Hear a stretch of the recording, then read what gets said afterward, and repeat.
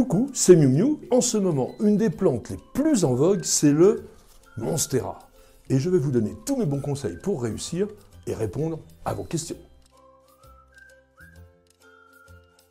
Jamais de soleil direct, excepté durant la période hivernale. Lorsqu'ils sont en pleine forme, les Monstera ont des feuilles d'un beau vert, bien dense. Mais lorsque l'on voit, comme ici, une légère décoloration sur le feuillage, cela signifie que la plante a manqué de lumière. On rapproche la plante au maximum de la fenêtre. Côté température, notre Monstera apprécie tout à fait l'ambiance de la maison. Entre 18 et 25 degrés, il est très bien. Tout à fait. À partir du 8-10 mai, sortez-le, placez-le sous un arbre et vous le rentrerez vers le début octobre en fonction du climat de votre région.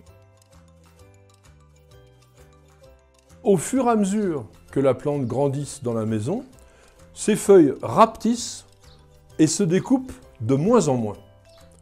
C'est le signe que l'air est trop sec. Une des meilleures solutions consiste à vaporiser très régulièrement la plante et son tuteur en insistant sur la face inférieure des feuilles. Si notre Monstera a bien mangé, il va pousser assez rapidement et il est possible que dans la saison, il atteigne la hauteur de votre plafond.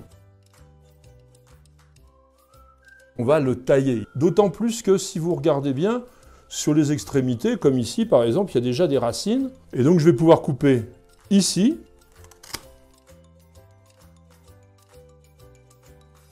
Qu'allons-nous faire de cette tige que l'on a taillée? Eh bien tout simplement une bouture. Le diamètre de la feuille étant très important, il y a un risque d'évaporation qui pourrait faire faner notre bouture. L'astuce consiste à rouler le limbe de la feuille de manière à réduire énormément l'échange gazeux avec l'atmosphère. Ma bouture maintenant est prête avec ses feuilles bien enroulées.